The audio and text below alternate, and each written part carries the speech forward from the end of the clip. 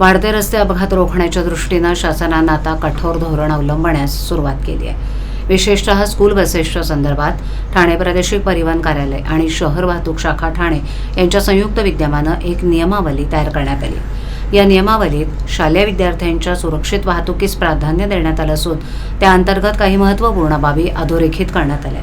त्या अनुषंगानं शालेय विद्यार्थ्यांच्या सुरक्षिततेसंबंधी चर्चा करण्यासाठी आणि आवश्यक त्या शिफारसी करण्यासाठी ठाणे शहर वाहतूक शाखेच्या पोलीस उपायुक्त कार्यालयात नुकतीच एक बैठक घेण्यात आली। या बैठकीत स्कूल बस सुरक्षितता समितीचे अध्यक्ष आणि पोलीस उपायुक्त पंकज शिरसाट, समितीचे सचिव आणि उपप्रादेशिक परिवहन अधिकारी रोहित काटकर, सहसचिव आणि उपप्रादेशिक परिवहन अधिकारी आशुतोष बारकुल, जिल्हा परिषद ठाणे महानगरपालिका, कल्याण डोंबिवली महानगरपालिका यांच्या शिक्षण अधिकारी कार्यालयांचे प्रतिनिधी आणि चालक मालक विद्यार्थ्यांची वाहतूक करणाऱ्या संघटनांचे पदाधिकारी उपस्थित होते।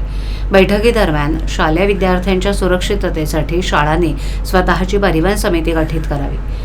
12 ते 1 पेक्षा अधिक आसन क्षमतेच्या वाहनांमध्ये महिला सहवर्तीची नेमणूक बंधनकारक करावी आणि शालेय विद्यार्थ्यांची वाहतूक करणाऱ्या सर्व वाहनांची कागदपत्र विधिसंगत असणं आवश्यक आहे, यावर भर देण्यात आलाय। तसंच शालेय विद्यार्थ्यांची खासगी वाहनातून होणारी वाहतूक रोखण्यासाठी संबंधित यंत्रणांनी पुढील काळात अधिक कडक कार्यवाही करावी, अशाही बैठकीत सूचना दिल्यात। शालेय विद्यार्थ्यांची वाहतूक करण्याच्या नियमावलीचं कटाक्षानं पालन करूनच शालेय विद्यार्थ्यांची वाहतूक करणं बंधनकारक आहे।